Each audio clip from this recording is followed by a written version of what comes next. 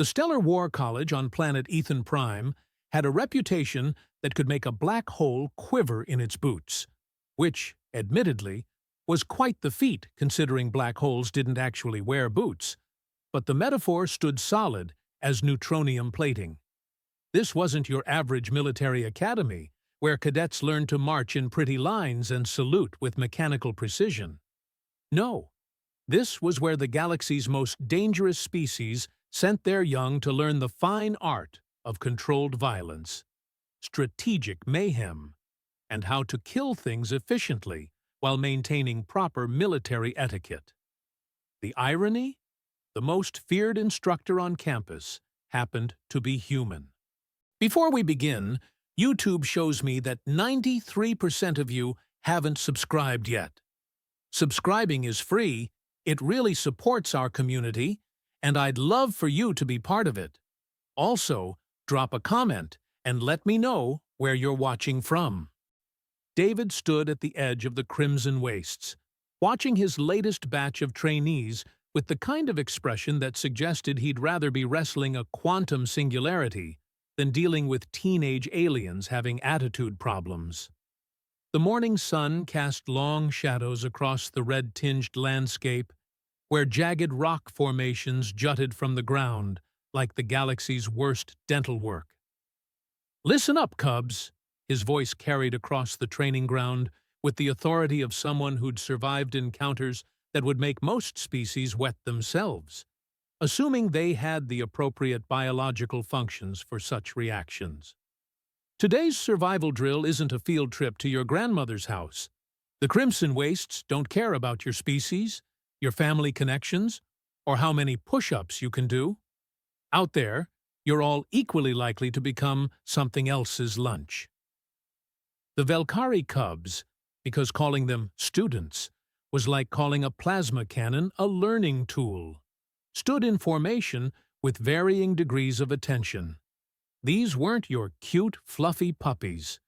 Standing nearly 6 feet tall even in their adolescent forms, the Velkari resembled what might happen if wolves decided to hit the gym seriously and then enrolled in law school. Their fur ranged from deep silver to charcoal black, and their amber eyes held an intelligence that was both calculating and predatory. Nix, the obvious pack leader, kept his ears pricked forward in a way that screamed, "I'm listening, but also planning something you won't like." Vash, the female of the group, had mastered the art of looking respectful, while her tail betrayed her impatience with small, irritated flicks. And then there was Zeph, the youngest, who practically vibrated with barely contained aggression like a grenade with social anxiety.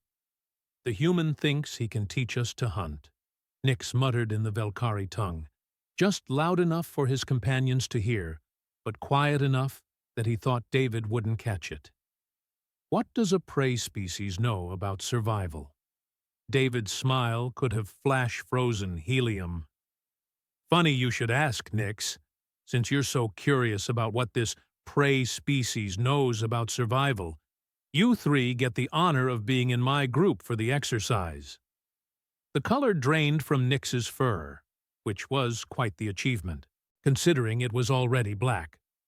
Vash's ears flattened against her skull, and Zeph made a sound somewhere between a whimper and a growl. From across the assembly area, Commander Valora's voice cut through the morning air like a vibroblade through tissue paper. "Instructor David, I must protest this assignment. These cubs require specialized guidance."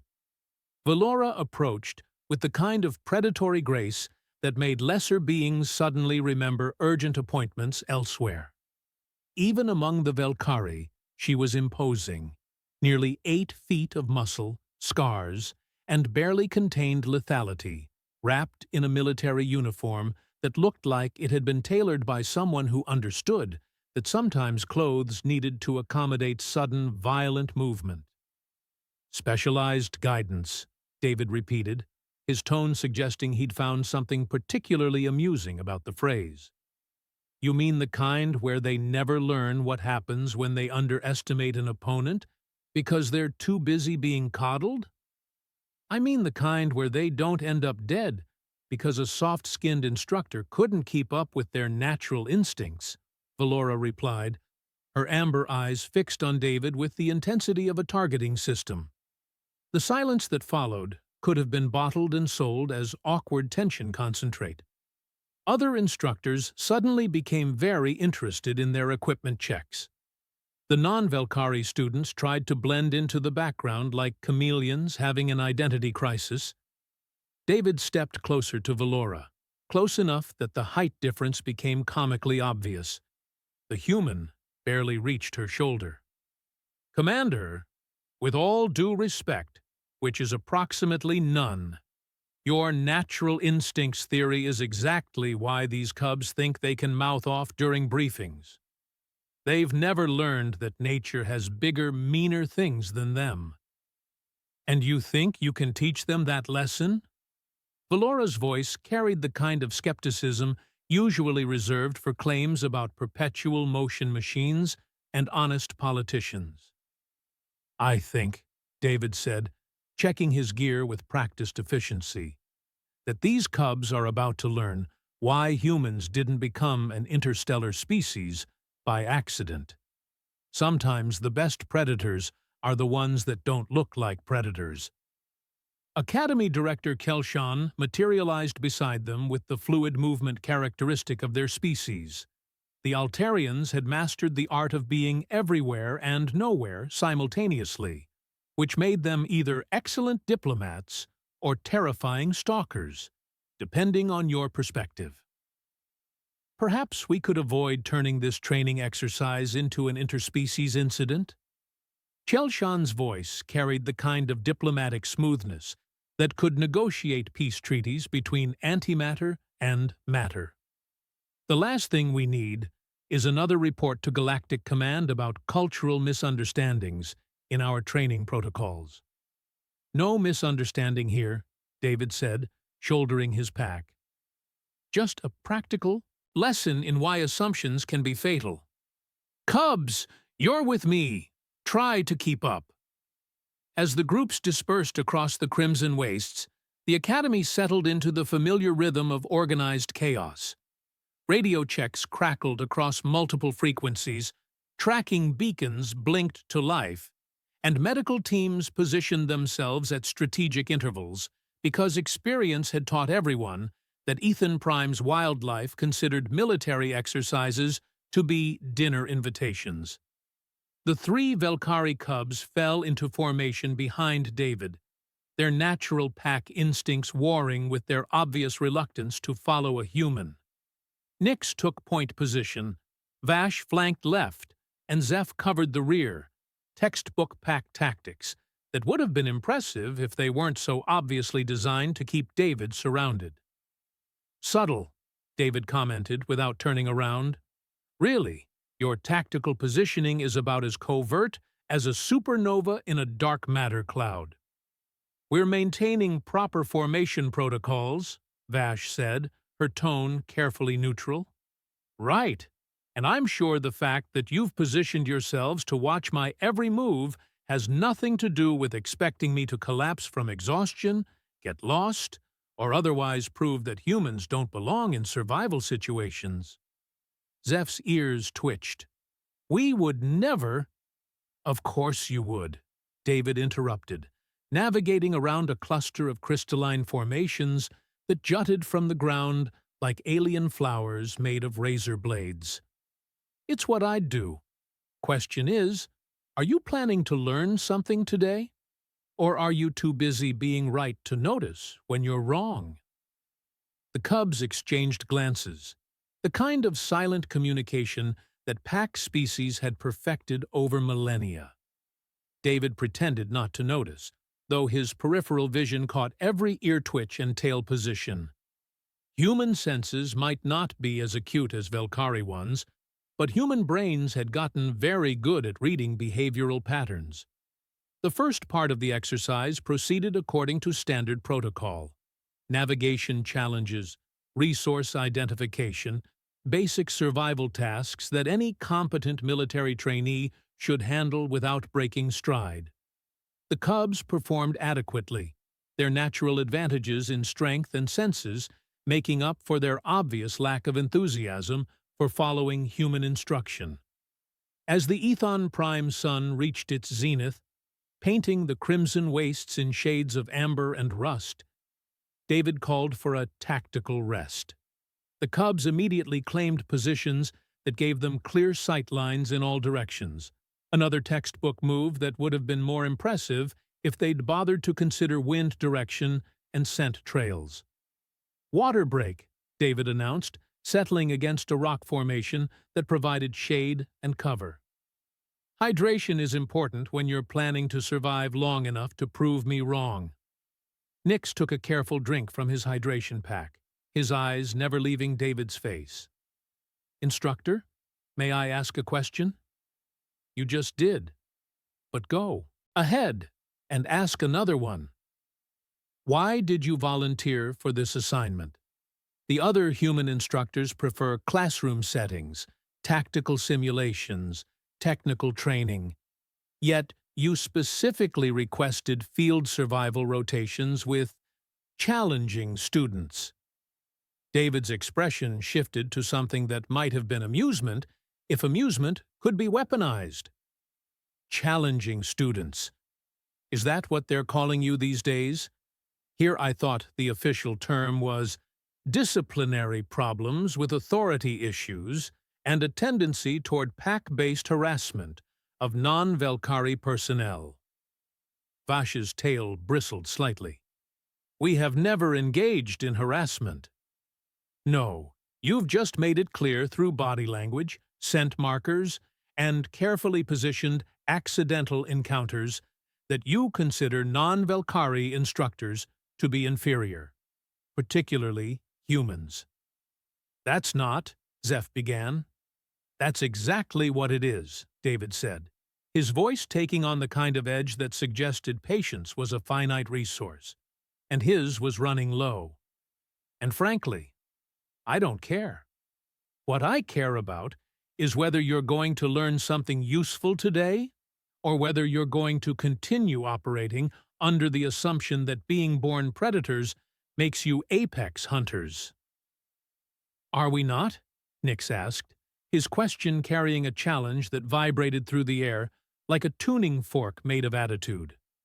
David stood up, shouldering his pack with movements that were economical rather than graceful. "That, Cubs, is what we're here to find out. Because the Crimson Wastes are home to things that would consider you a light snack." As if summoned by his words, a low howl echoed across the landscape, a sound that seemed to come from everywhere and nowhere simultaneously. The Cubs' ears snapped to attention, their nostrils flaring as they tested the air for scent traces. "Nether stalkers," Vash whispered, her voice carrying the kind of respect usually reserved for natural disasters and tax auditors. "Bingo," David said, checking his sidearm with practiced efficiency. "And that, Cubs, is why we're going to modify our route.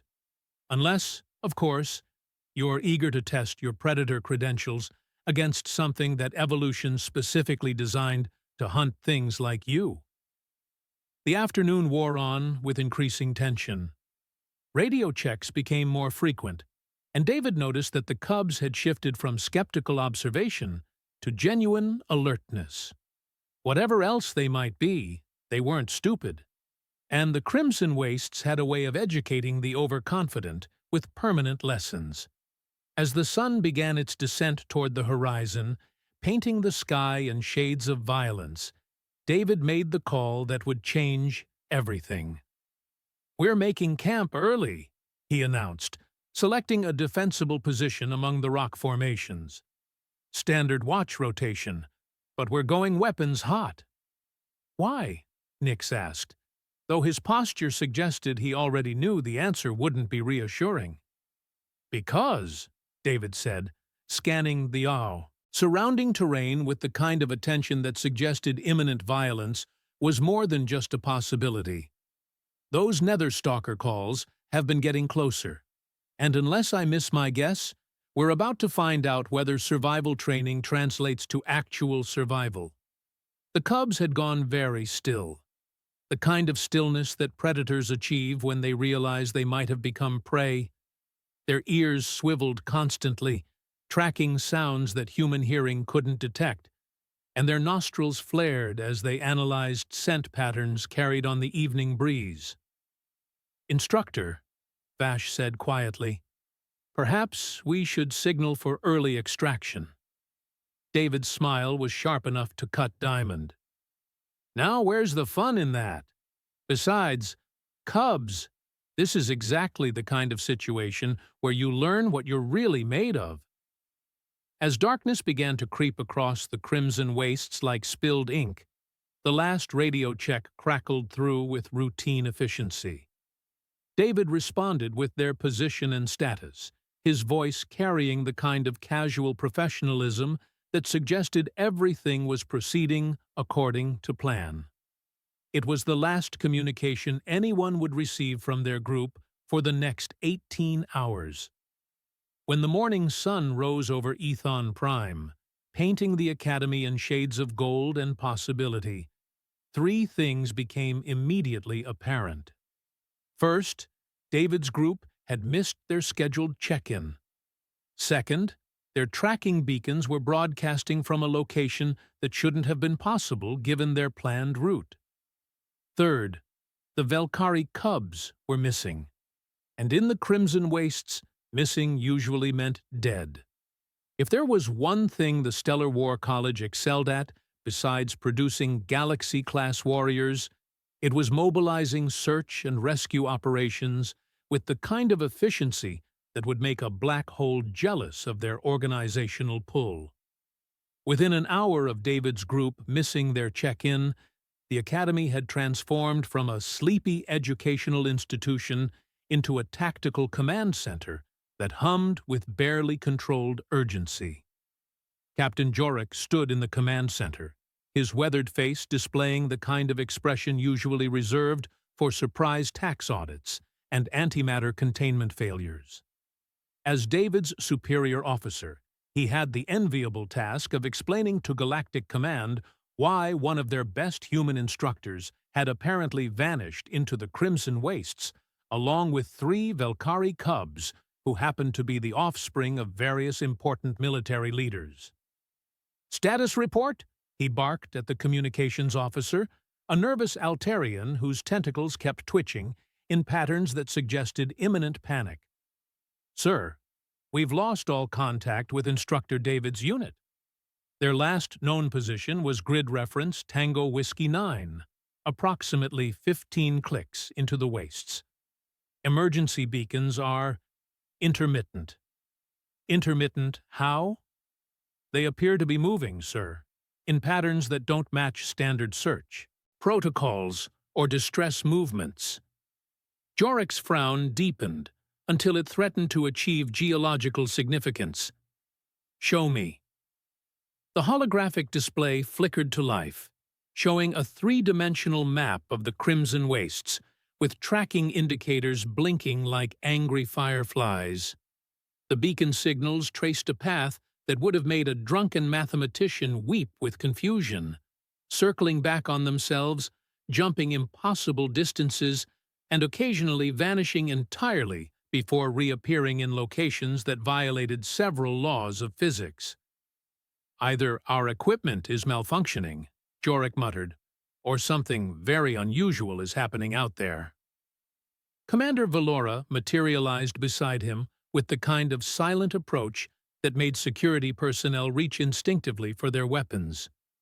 Her amber eyes fixed on the display with the intensity of a targeting laser, and her nostrils flared as if she could somehow scent the situation from the command center. "My cubs are missing," she stated, her voice carrying the kind of controlled fury that suggested someone was about to become intimately acquainted with Velkari dental work. "Your cubs," Jorik replied with the careful tone of someone navigating a minefield while blindfolded, "were under the supervision of one of our most experienced instructors. David is human," Valora interrupted, the words dripping with the kind of disdain usually reserved for expired rations and political speeches. Humans are not equipped for survival situations involving apex predators. I warned you this would happen. Academy Director Chelshan flowed into the conversation with the diplomatic grace of someone who had spent decades preventing interspecies incidents from escalating into interstellar wars. Commander Valora, I understand your concerns, but accusations won't help locate our missing personnel. We need to focus on search and recovery operations. Then authorize me to lead a tracking team into the wastes, Valora said, her words clipped with military precision and parental desperation. Valkyrie's senses are far superior to your technological solutions. Within 30 minutes, 3 separate search teams had deployed into the Crimson Wastes. The first, led by Valora herself, consisted entirely of Valkyrie trackers, whose sensory capabilities could detect scent trails that were days old and identify individual emotional states through pheromone analysis. The second team, equipped with the Academy's most advanced scanning equipment, approached the problem with technological precision and enough firepower to level a small mountain. The third team, composed of mixed-species specialists, represented the kind of diplomatic balance that looked good in reports to Galactic Command. What none of them expected was how quickly their confidence would transform into something approaching terror. Tracking specialist Mex High, leading the Valkyrie search team, found the first signs of trouble approximately 6 hours into their hunt. She crouched beside a cluster of crystalline formations, her nose practically pressed against the red-stained ground, as she analyzed scent patterns with the kind of intensity that would make a forensic scientist jealous. "Commander," she called to Valora, her voice carrying the kind of uncertainty that Valkyrie rarely displayed outside of mathematical equations involving quantum mechanics. "You need to see this." Valora approached, her own senses immediately picking up the complex bouquet of scents that told a story no one wanted to read. Human sweat, fear, adrenaline, Valkyrie cubs, terrified and confused. And underneath it all, something else. Something that made every instinct she possessed scream warnings about immediate retreat. "Nether stalkers," she whispered, the words carrying the kind of reverence usually reserved for natural disasters and tax codes. "Multiple individuals," Mexahai confirmed, her ears flattened against her skull. "Adult pack, hunting formation, the scent trails." She paused, her nostrils flaring as she processed information. "Commander, this doesn't make sense." "Explain." "The human scent is everywhere. Not just footprints, but sweat markers, stress pheromones, equipment residue.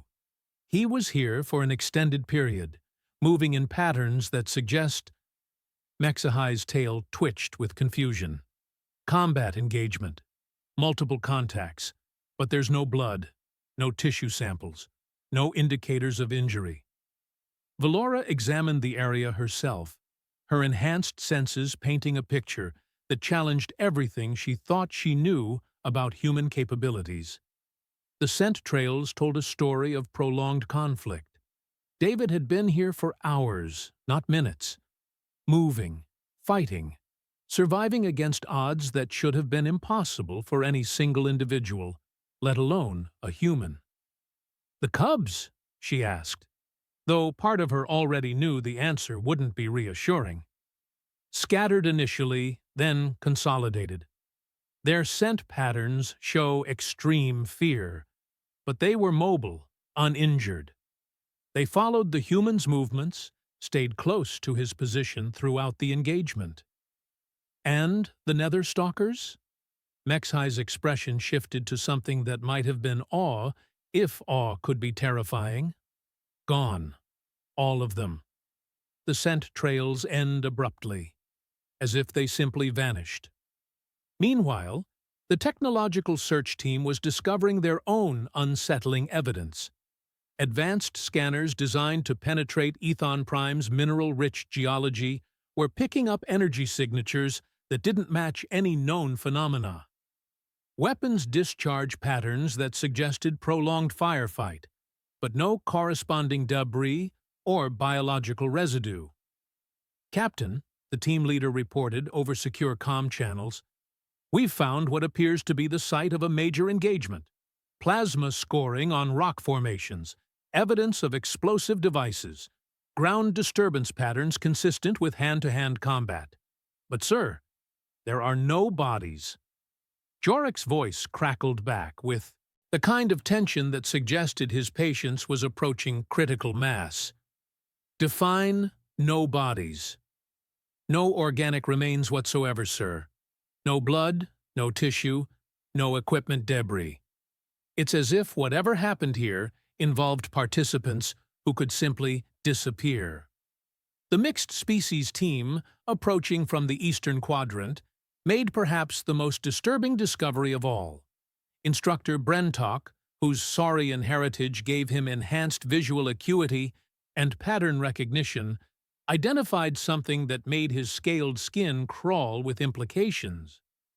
"These aren't random nether stalker movements," he reported, studying claw marks scored deep into crystalline formations. "This was coordinated pack behavior.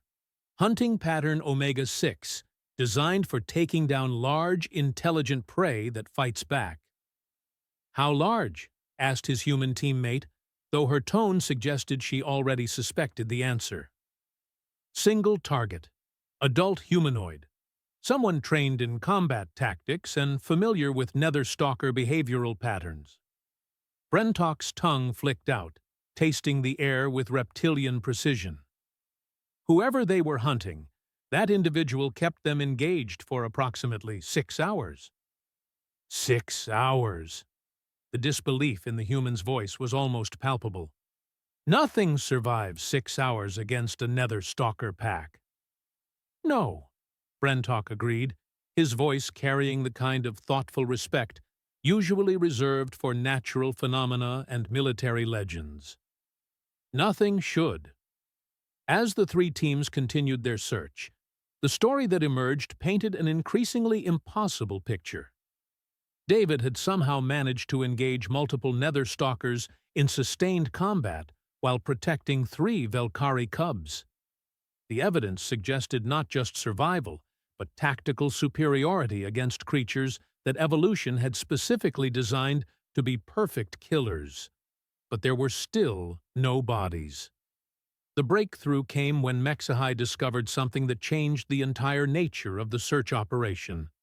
Hidden beneath an overhang that provided shelter from Ethon Prime's harsh weather, she found equipment caches that demonstrated a level of tactical planning that bordered on precognition. "Emergency supplies," she reported to Valora, her voice filled with wonder. "Medical kits, nutrition packs, water purification tablets, enough for multiple individuals over several days." "David's gear?" Valora asked, though she was beginning to suspect the answer would be more complicated than that. "Some of it. But, Commander, there are Velkari survival items here as well. Pack-specific emergency provisions that the cubs shouldn't have been carrying." Valora examined the cache herself, her trained eye cataloging items that told a story of preparation that extended far beyond standard training protocol. Someone had anticipated the possibility of extended survival situations. Someone had planned for scenarios that the official curriculum didn't even acknowledge. How long has the human been planning? "This?" she wondered aloud. "Planning what exactly?" Mexahai replied, "because if this was a training exercise that went according to plan, then Instructor David is operating on a level of tactical sophistication that—" She didn't finish the sentence, but the implication hung in the air like smoke from a plasma discharge. If David had planned this scenario, then he was demonstrating capabilities that challenged every assumption the Velkari had made about human limitations. As the search teams continued their methodical examination of the evidence, Academy Director Kel Shan received a communication that would fundamentally alter their understanding of the situation. "Director," came the voice of the Academy's sensor technician, "we're detecting movement patterns consistent with your missing personnel. Multiple life signs, mobile, approximately 20 clicks deeper into the wastes than their authorized operational area." "Condition?" Chelshan asked, though part of them already knew the answer would raise more questions than it answered. "Unknown, sir. The signals are unusual, stronger than baseline readings for their species, more coordinated than we typically see from separated individuals." "And Director?" "Yes. They appear to be moving toward the Academy." As reports filtered back to the command center, a picture emerged that challenged everything the Academy thought it knew about human capabilities and Velkari psychology. The missing personnel weren't lost, weren't injured, and weren't running from their situation. They were approaching it with a level of tactical coordination that suggested their training exercise had evolved into something entirely different. Something that would fundamentally change how the galaxy viewed both species. In the Crimson Wastes, as Ethon Prime's binary stars painted the sky in shades of amber and crimson, four figures moved through the landscape with the kind of purposeful coordination that suggested they had transcended the boundaries between instructor and students, between species, between predator and prey. They were returning to the Academy, but they were no longer the same individuals who had left it. And the evidence they carried with them would force the entire galaxy to reconsider what it meant to be truly dangerous.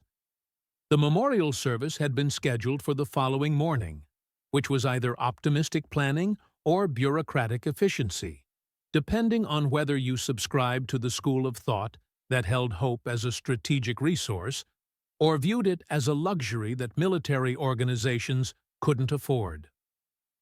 Academy Director Kelshan had chosen the main assembly hall, a space designed to accommodate multiple species with varying atmospheric requirements, seating preferences, and emotional expression protocols. The irony was not lost on anyone present that they were preparing to honor the memory of individuals whose bodies hadn't actually been found, but military tradition demanded certain observances regardless of inconvenient details like evidence or confirmed casualties. The galaxy had learned, over centuries of interspecies conflict, that hope was a finite resource and grief required structure to prevent it from becoming strategically counterproductive. Commander Valora stood at the podium, her usual imposing presence somehow diminished by the weight of loss that settled around her like atmospheric pressure. The formal eulogies had been prepared according to Velkari tradition, honoring the dead through recitation of their achievements, their potential, and their contribution to the eternal pack bond that connected all members of their species across time and space. "We gather to honor 3 cubs who died as they lived," she began, her voice carrying the kind of controlled emotion that suggested volcanic activity beneath a stable surface. "With courage, with loyalty, and with the kind of stubborn determination that makes parents simultaneously proud and terrified." The assembled crowd, a mixture of Academy personnel, visiting military observers, and representatives from various diplomatic missions, maintained the kind of respectful silence that funeral services demanded. Even the Saurian delegation, who typically expressed grief through ritualized hissing, had modified their behavior out of respect for Velkari customs. "Nyx, Vash, and Zeph represented the future of our species," Valora continued, though her words carried undertones that suggested she was having difficulty convincing herself of their truth. "They died learning that the universe contains dangers that even predators must respect. And they died under the protection of an instructor who—" The main doors to the assembly hall burst open with the kind of dramatic timing that would have been perfect for a holovid if anyone had been thinking about entertainment value instead of wondering whether the academy was under attack. Three figures strode through the entrance with the kind of synchronized movement that suggested either extensive military training or shared psychosis. The Velkari cubs, Nyx, Vash, and Zeph, moved with a predatory grace that was both familiar and fundamentally different from their previous behavior. Their amber eyes held a focus that seemed to burn with inner fire, and their posture spoke of confidence that bordered on arrogance. Between Nyx's powerful jaws, carried like a trophy or offering, hung the tattered remains of a human military jacket. The fabric was torn, stained with substances that analysis would later identify as nether stalker ichor, and permeated with scent markers that told a story of violence, survival, and something that transcended normal pack bonding protocols. The silence that followed could have been weaponized and deployed against enemy formations. Every conversation stopped mid-sentence.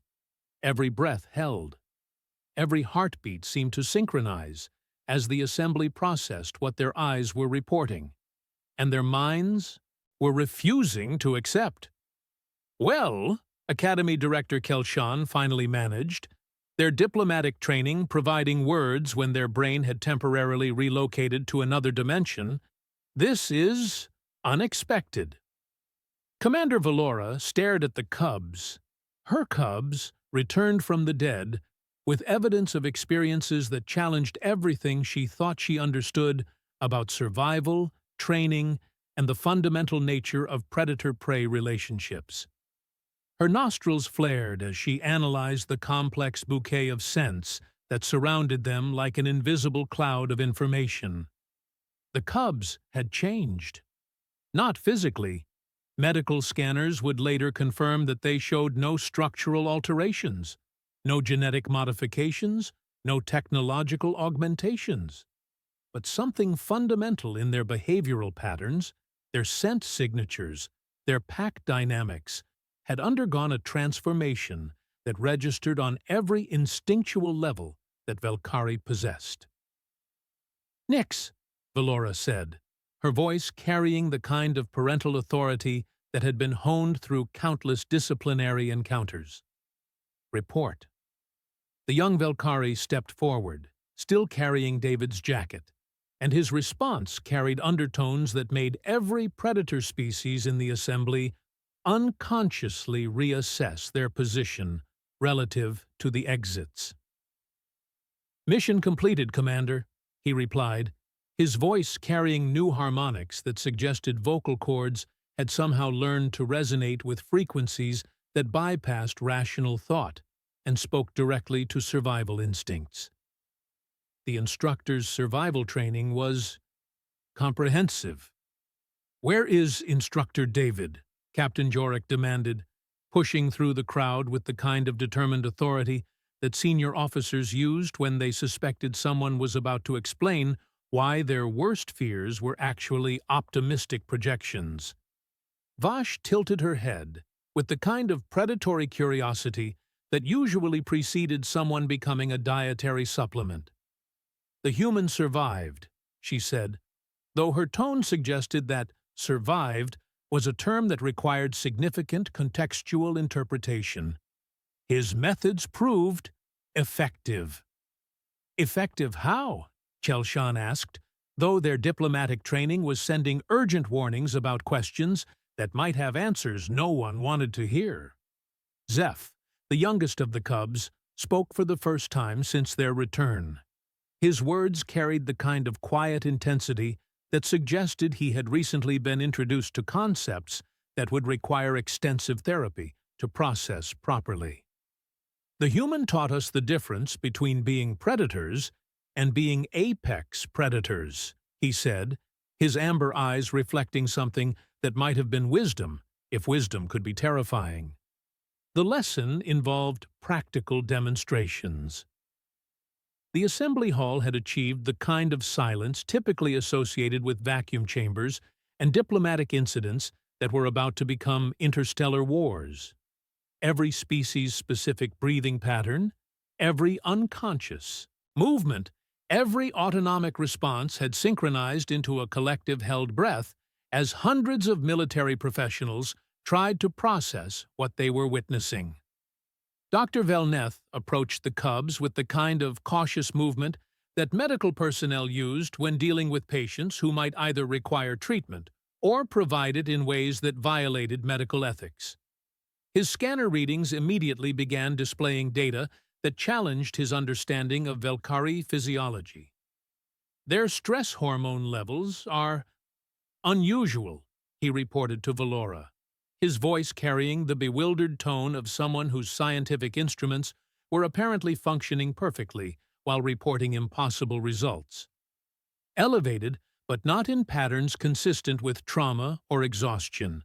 More like achievement, satisfaction, pack bonding success indicators at levels I've never recorded. "And the jacket?" Valora asked, though she suspected the answer would require her to recalibrate her understanding of human durability. Nix carefully placed David's torn garment on the ground between himself and the assembled Academy leadership. The fabric told a story through scent, stains, and damage patterns that every Velkari present could read like a tactical manual written in blood and survival instincts. "Trophy," he said simply, though the word carried implications that sent ripples of unease through the non-Velkari personnel. "Proof of the hunt. Evidence of the pack bond. The human earned this." "Earned it how?" Jorik pressed, his tone suggesting that patience was a limited resource and his supply was approaching critical levels. The three cubs exchanged glances, the kind of silent communication that pack species used when they needed to coordinate responses to questions that didn't have simple answers. Finally, Vash stepped forward, with the kind of predatory confidence that made security personnel unconsciously check their weapon charges. "The human proved that apex predator status isn't determined by species classification," she said, her words carefully chosen but carrying undertones that suggested she had recently been educated in concepts that most beings preferred to keep theoretical. "When the Netherstalkers found our camp, we learned that survival isn't about following instincts. It's about transcending them." "Transcending them how?" Chelshan asked, though their diplomatic training was sending increasingly urgent warnings about conversations that were approaching classified information boundaries. Zeph's ears flattened against his skull in a gesture that combined respect, fear, and something approaching worship. "The human didn't fight the Netherstalkers," he said, his voice carrying the kind of hushed reverence usually reserved for religious experiences and natural disasters. "He hunted them." The silence that followed achieved the kind of profound quality typically associated with the moments before supernovas or diplomatic revelations that reshape galactic politics. Every being in the assembly hall found themselves recalculating their assumptions about human capabilities, Velkari psychology, and the fundamental nature of apex predator behavior. "For 18 hours, Nix continued, his voice gaining strength as he recounted events that had clearly left permanent impressions on his worldview. "We watched the human demonstrate why his species conquered their homeworld despite being physically inferior to most of their planet's predators." "Demonstrated how?" Valora asked, though her maternal instincts were warring with her military curiosity about information that might fundamentally alter interspecies tactical doctrine. "Patience," Vash replied, her amber eyes reflecting memories that seemed to burn with their own internal light. "Strategy, the ability to think beyond immediate survival and plan for victory scenarios that other species can't even conceptualize." "The Netherstalkers hunt by instinct," Zeph added, his words carrying the kind of analytical precision that suggested recent education in comparative predator psychology. "Perfect instincts, evolved over millions of years, designed to kill efficiently and without waste. But instincts are predictable. And predictable, Nix concluded, with the kind of predatory satisfaction that made civilian personnel suddenly remember urgent appointments elsewhere, can be exploited by a species that learned to survive by being smarter than everything that wanted to eat them. The Cub's coordinated explanation was painting a picture that challenged fundamental assumptions about human limitations and Velkari potential. Academy personnel exchanged glances that carried the weight of strategic implications, while diplomatic observers began calculating the political ramifications of information that might require classification at levels that most governments preferred to pretend didn't exist. "Where?" Captain Jorik asked, with the kind of careful precision that senior officers used when they suspected the answer might require immediate communication with Galactic Command. "Is Instructor David now?" The three Cubs turned toward the main entrance with synchronized movement that suggested their pack bonding protocols had incorporated new elements that transcended traditional Velkari social structures. Their nostrils flared as they analyzed scent patterns that human olfactory systems couldn't detect, and their ears swiveled to track sounds that most species couldn't hear. "Coming," Vash said simply, though her tone carried undertones that suggested coming might not adequately describe the approach of someone who had recently redefined the boundaries of human survival capabilities. As if summoned by her words, the assembly hall's secondary entrance opened with the kind of quiet efficiency that suggested someone who had learned to move without attracting unwanted attention from things that considered noise to be dinner announcements. David stepped through the doorway, and every predator species in the hall immediately recalibrated their threat assessment protocols. David entered the assembly hall with the kind of casual efficiency that suggested recent experience with situations where movement needed to be both purposeful and survivable. His uniform was regulation clean, his posture carried no indication of injury, and his expression held the sort of mild amusement typically reserved for situations involving bureaucratic confusion and exploding training equipment. What made every predator species in the hall unconsciously reassess their survival options wasn't his appearance. It was the way the three Velkari Cubs immediately oriented themselves around him with pack dynamics that transcended species boundaries. "Sorry I'm late," David said, his tone carrying the kind of casual authority that suggested he had recently been somewhere that made academy politics seem like recreational activities. "Had to file some after-action reports that required creative writing skills I didn't know I possessed." Commander Valora stared at him with the intensity of someone whose fundamental understanding of reality had been subjected to percussive maintenance by recent events. "Instructor David, the Cubs returned carrying your jacket. They claimed you were dead." "Did they?" David glanced at the three Cubs, who were maintaining formation around him with the precision of professional bodyguards. "That's interesting. I don't recall dying recently, but then again, the last 18 hours have been educational in ways that don't appear in standard curriculum guides." "Educational how?" Academy Director Kelshan asked, though their diplomatic training was sending warnings about questions that might have answers requiring interstellar classification protocols. David's smile carried the kind of sharp-edged humor that suggested recent acquaintance with situations where comedy and tragedy had become indistinguishable.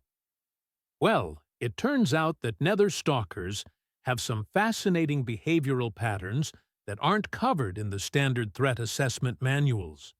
For instance, did you know they're capable of coordinated pack tactics that rival military precision?"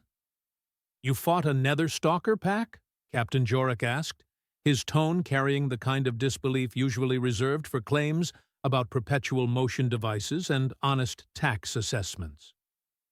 "Fought is the wrong word," Nix interjected, his voice carrying new harmonics that made veteran soldiers unconsciously check their weapon status. The human hunted them. Hunted them how?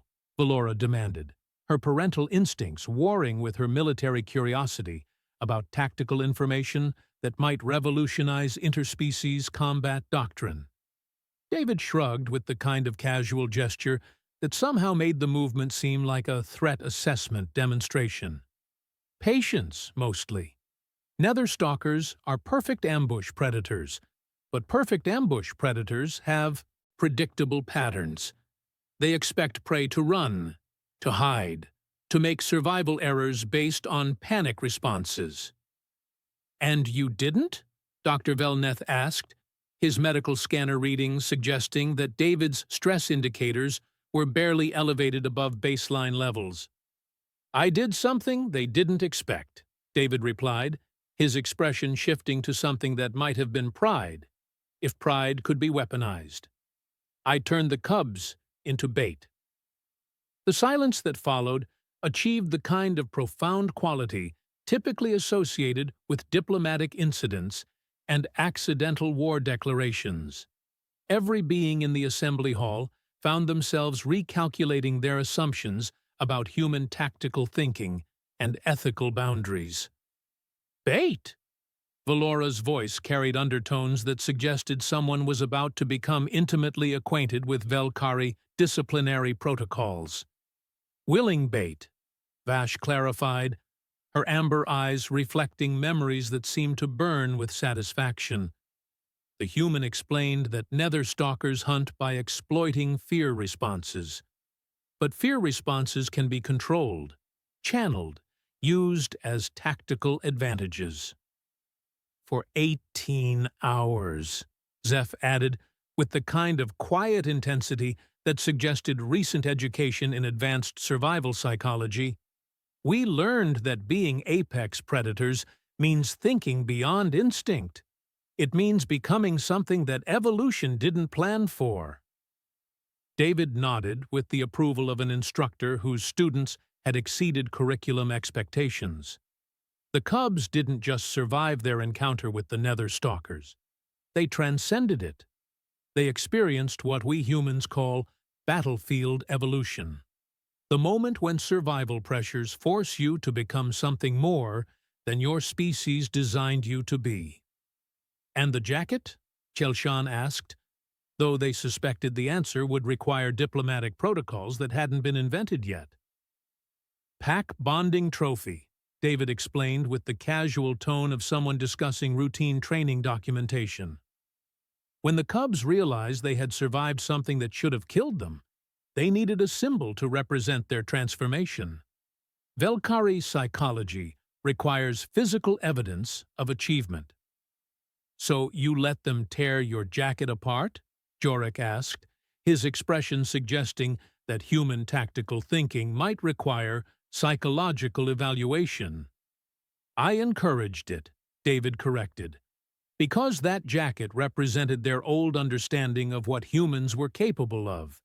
Destroying it was part of accepting their new understanding of what they could become." Commander Valora approached the cubs with the kind of cautious movement that parents used when their offspring had recently demonstrated capabilities that challenged parental authority. "And what did you become?"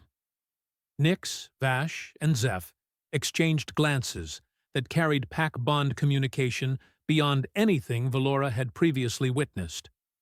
When they spoke, their voices carried harmonics that suggested vocal coordination at levels typically achieved only by species with collective consciousness. "We became something the nether stalkers didn't expect," they said in unison, their words carrying the kind of quiet confidence that made apex predators throughout the galaxy suddenly remember urgent appointments elsewhere. "We became students of the human who taught us that survival isn't about being the biggest, strongest, or fastest. It's about being smarter than everything that wants to kill you." David's expression carried the satisfaction of an instructor whose teaching methods had achieved results that exceeded even optimistic projections.